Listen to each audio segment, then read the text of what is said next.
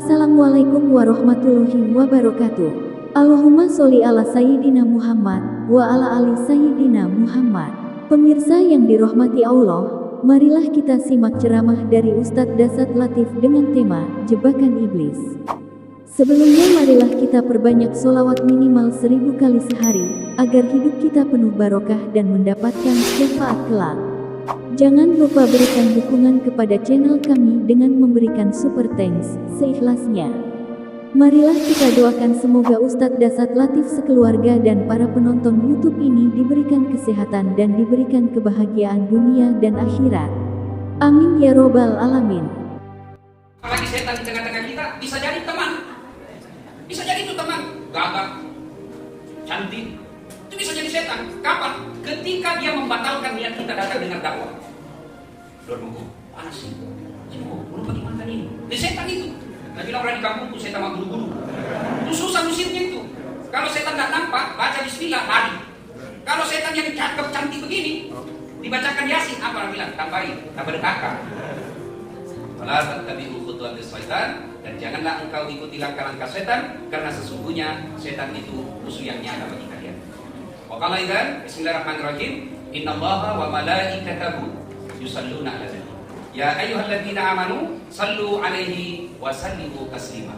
Sesungguhnya Allah dan para malaikatnya bersalawat kepada Rasulullah Muhammad sallallahu alaihi wasallam, maka wahai orang-orang yang beriman, bersalawatlah kalian kepada Rasulullah dengan sebaik-baik salawat. Sadaqallahul azim, maha benar Allah dengan segala firman-Nya. Ibu bapak, saudara-saudara sekalian, adik-adik mahasiswa yang insyaallah dimuliakan dan dirahmati oleh Allah Subhanahu wa taala. Sebelum saya lanjut berbicara, saya ingin menyampaikan kenapa ini acara saya adakan. Dulu ya.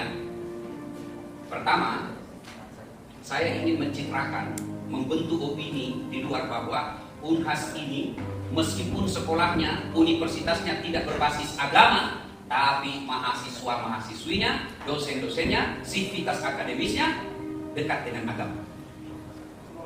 Saya pernah datang sini sholat maghrib, banyak orang sembahyang. Dua kemungkinan, satu karena usianya sempit.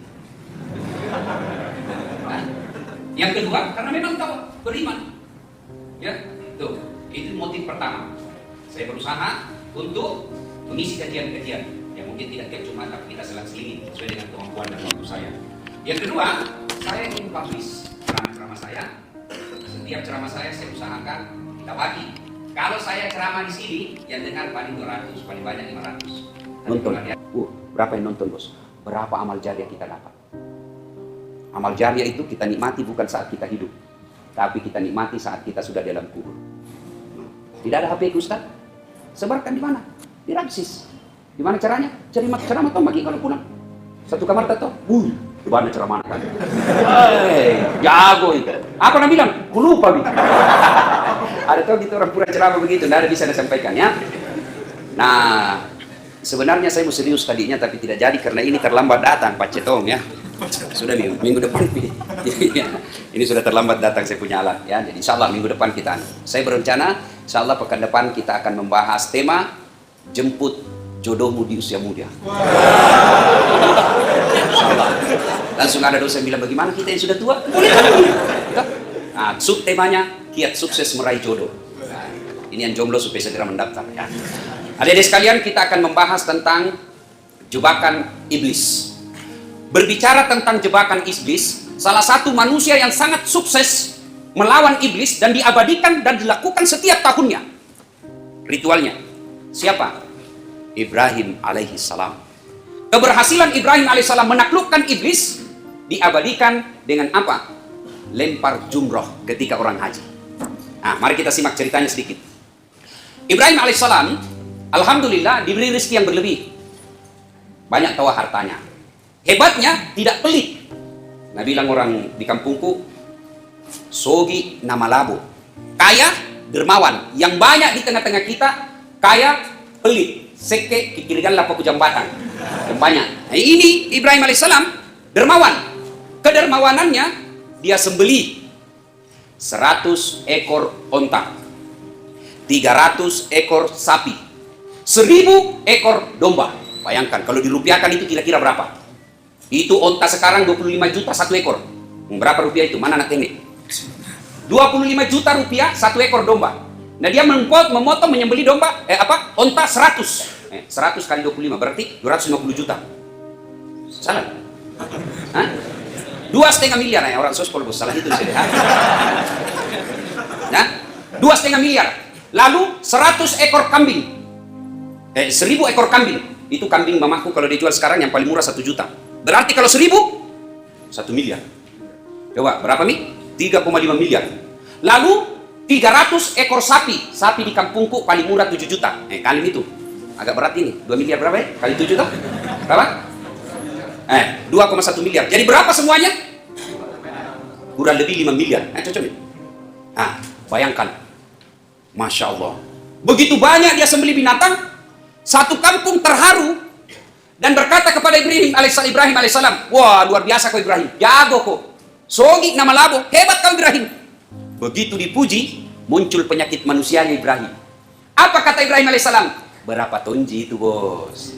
Nggak seberapa ini, baru 100 onta. Nggak seberapa ini. Andai saja ada anakku, jangankan binatang ternakku, anakku pun saya sembelih. Coba.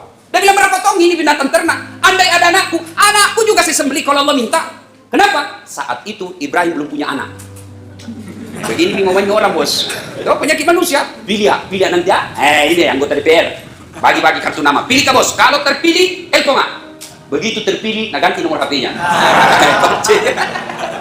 Coba. Bos, kalau kaya kata nama bos. Mau kita ceramah Ustaz, saya jemputi. Begitu kaya, nak kelas somami Ustaz. Assalamualaikum Ustaz. Coba, penyakit manusia. Ibrahim berkata berapa tong ini? Kalau ada anakku pun saya sembahkan kalau Allah minta. Berlalu.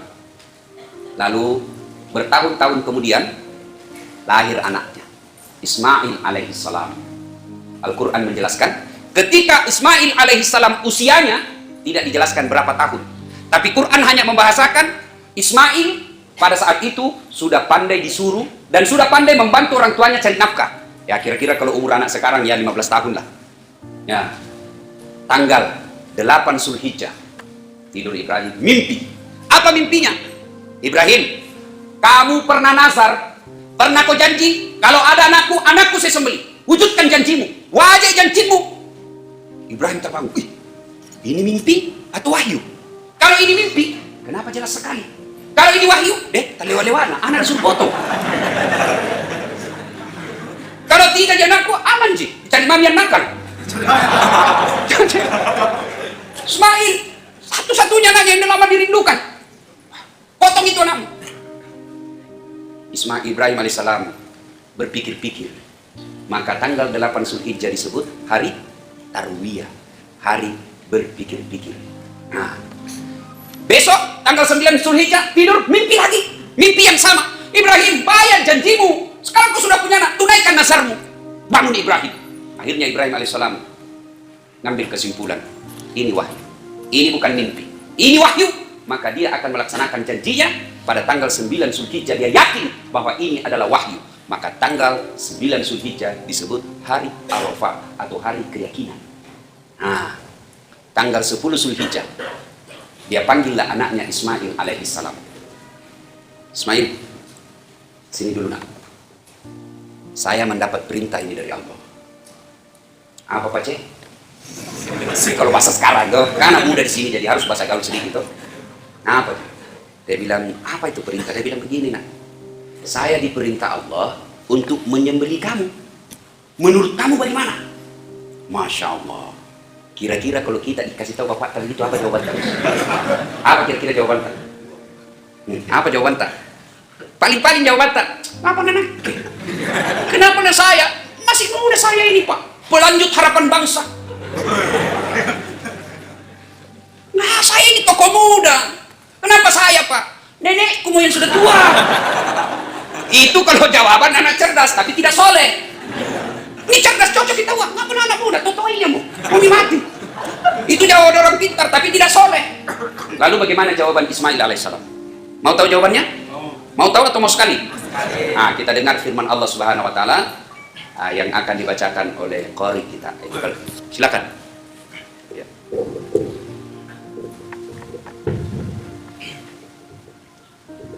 أعوذ بالله من الشيطان الرجيم. بسم الله الرحمن الرحيم. وقال إني ذاهب إلى ربي سيهدين. رب هب لي من الصالحين. فبشرناه بغلام حليم. فلما بلغ معه السعي قال يا بني إني أرى في المنام أني أذبحك فانظر ماذا ترى. قال يا أبت افعل ما تؤمر ستجدني إن شاء الله من الصابرين. فلما أسلما وتله للجبين وناديناه أن يا إبراهيم قد صدقت الرؤيا إنا كذلك نجزي المحسنين. إن هذا لهو البلاء المبين وفديناه بذبح عظيم وتركنا عليه في الآخرين. سلام على إبراهيم كذلك نجزي المحسنين. إنه من عبادنا المؤمنين وبشرناه بإسحاق نبيا من الصالحين وباركنا عليه وعلى إسحاق ومن ذريتهما محسن وظالم لنفسه مبين. Sadaqallahul Azim. Lanjut baca terjemah. Ya.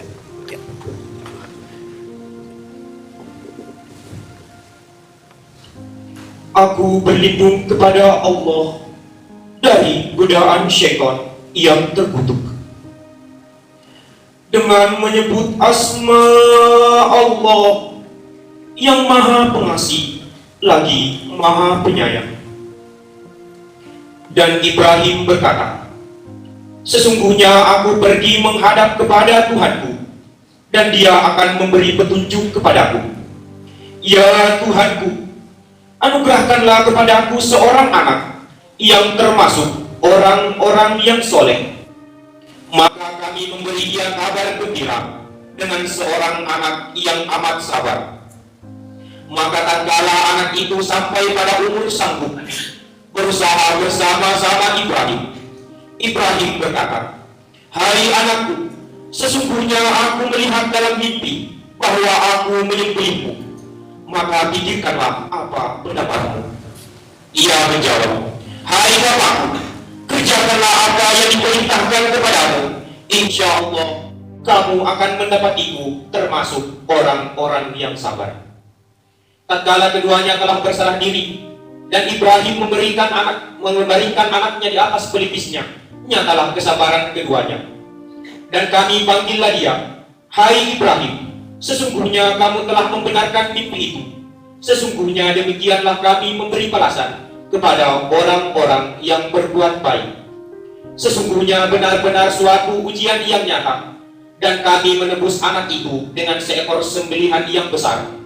Kami abadikan untuk Ibrahim itu pujian yang baik di kalangan orang-orang yang datang kemudian, yaitu kesejahteraan dilimpahkan atas Ibrahim. Demikianlah kami memberi balasan kepada orang-orang yang berbuat baik. Sesungguhnya ia termasuk hamba-hamba kami yang beriman. Dan kami beri dia kabar gembira dengan kelahiran Ishak, seorang nabi yang termasuk orang-orang yang soleh. Kami limpahkan keberkahan atasnya dan atas Ishak, dan di antara anak cucunya ada yang berbuat baik dan ada yang zalim terhadap dirinya sendiri dengan nyata. Maha benar firman-Mu ya Allah, lagi maha agung. Ya, ibu bapak, saudara-saudara sekalian dan adik sekalian, jawabannya sangat jelas.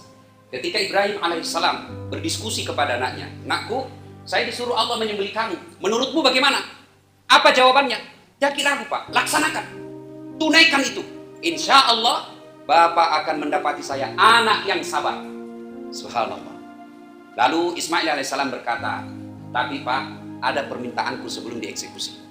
Apa gerangan? Satu, tolong ketika bapak sembelih saya, tutup mata, kasih menghadap saya ke bawah. Supaya apa? Bapak tidak lihat wajah saya. Kalau bapak lihat saya, nanti sedih, terpengaruh. Yang kedua, kata Ismail alaihissalam, "Pak, tolong ketika bapak sembelih saya, ikat tanganku dan ikat kakiku. Supaya apa? Saya tidak meronta-ronta." Yang ketiga pak, apa? "Tolong pakai pedang yang sangat tajam, supaya saya tidak lama menderita."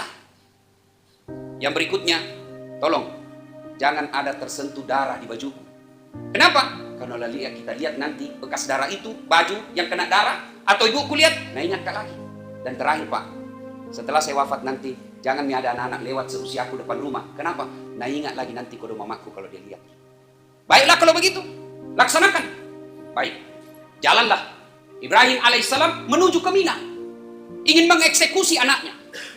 Lalu berkata kepada istrinya, "Oh makna kalau yang romantis sedikit, yang jarang kalau laki-laki romantis kalau suami istri. Betul dan apa cari? Hati-hati kita ini. Pelan-pelan. Itu sebelum jadi istri. Begitu sudah jadi istri, betul kakinya. Gimana sumpah mata dong mau?